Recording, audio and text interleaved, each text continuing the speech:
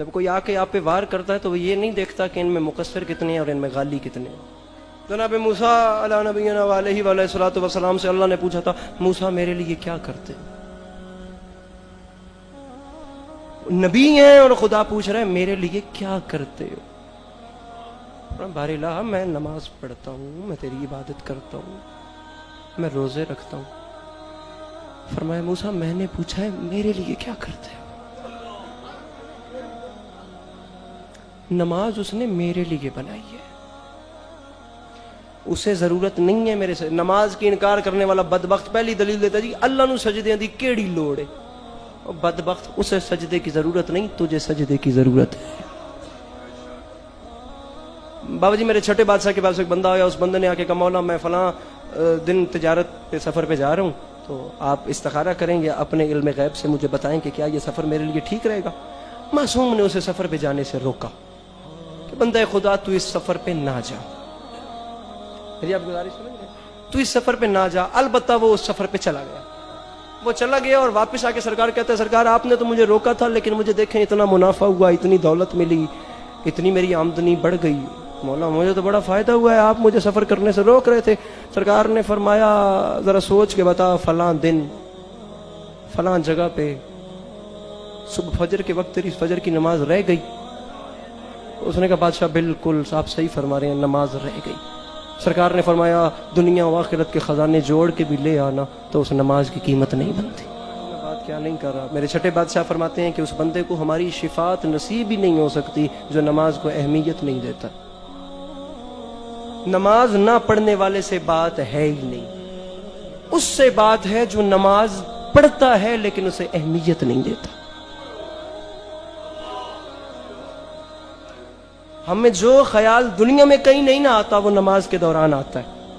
میرے معصوم جب نماز تکبیرت الاحرام کے لیے ہاتھ اٹھاتے تھے نا تو بدن پہ کپ کپی ہوتی تھی کہ میں کس کی بارگاہ میں ہم کلام ہونے جا رہا ہوں. پتہ نہیں آپ کو میری باتیں نہ بھی پسند آئیں. سرکار رسالت مآب صلی اللہ علیہ وسلم اپنے اصحاب کے ساتھ مسجد نبوی میں داخل ہوئے. ایک عجیب منظر دیکھا. ایک بندہ میں نے دیکھو بندہ نماز بھی پڑھ رہا ہے، کبھی داڑھی کھجلا رہا ہے، کبھی یہاں خارش کر رہا ہے، کبھی لباس درست کر رہا ہے، کبھی اپنے بالوں کو ٹھیک کر رہا ہے.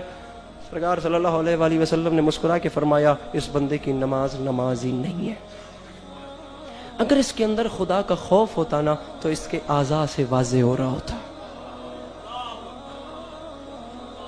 انکل جی نماز بھی یہی ہے اور مجلس بھی یہی ہے. اب یہاں پہ باتیں ہو رہی ہیں کہ کون سے ذاکر کو پڑھنا چاہیے اور کون سے ذاکر کو نہیں پڑھنا چاہیے، اور ایک اٹھا ہوا ہے بات کہ ان کو پڑھنا چاہیے ان کو نہیں. میں کہتا ہوں وہ بندہ ممبر پہ نہیں آئے پلیز جسے مستحبات نماز، واجبات نماز، مبطلات وضو، نماز جنازہ، مبطلات روزہ، جسے مطہرات، جسے نجاسات، جسے صفات ثبوتیہ، جسے صفات سلبیہ کا پتہ ہی نہیں.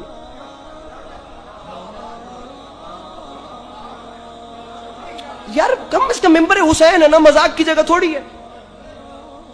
مذاق ہو رہا ہے کوئی یہاں پہ آپ آ جاتے ہو جو آپ کو پڑھ کے آپ جا. یار سب میرے لیے قابل عزت ہے.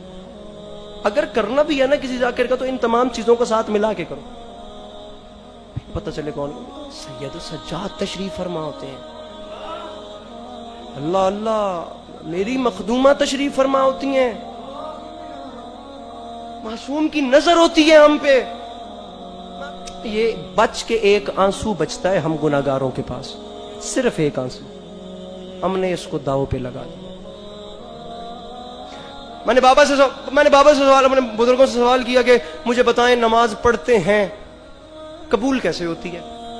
کیسے پتہ چلے گا کہ ابھی پڑھی ہوئی نماز قبول ہوئی ہے یا نہیں؟ مجھے بزرگوں نے ایک معصوم کا فرمان سنایا. میرے نظریات کے مطابق معصوم کا وہ فرمان جو نماز کے لیے ہے نا، مجلس کے لیے بھی یہی نظریہ رکھنا چاہیے. نماز پڑھ لی، پڑھ کے آ گئے، کیسے پتہ چلے گا کہ یہ پڑھی ہوئی نماز قبول ہے یا نہیں؟ انہوں نے کہا جی معصوم کا فرمان ہے کہ نماز قبول ہے یا نہیں یہ پتہ کروانے کا صرف ایک طریقہ ہے. نماز پڑھنے کے بعد دیکھ لینا، اگر نماز پڑھنے سے پہلے اور بعد کی زندگی ایک جیسی ہے تو نماز پڑھنے کا فائدہ ہی کوئی نہیں. اگر تبدیلی آئے تو سمجھ لینا کہ نماز قبول ہے. یہ فرش عذاب بھی یہی ہے. اگر یہاں سے اٹھنے کے بعد آپ کا نظام پہلے والا ہی رہنا ہے تو آپ سمجھ لیں کہ آپ مجلس میں نہیں آئے. آپ سمجھ لیں کہ آپ کی آنکھ کے نیچے خاتون جنت کا رومال نہیں آیا. آپ سمجھ لیں کہ آپ آ کے بھی بے حضور ہیں. خدا کی قسم اس کے لیے محنتیں ہوئی ہیں. یہ فرش عذاب بچانے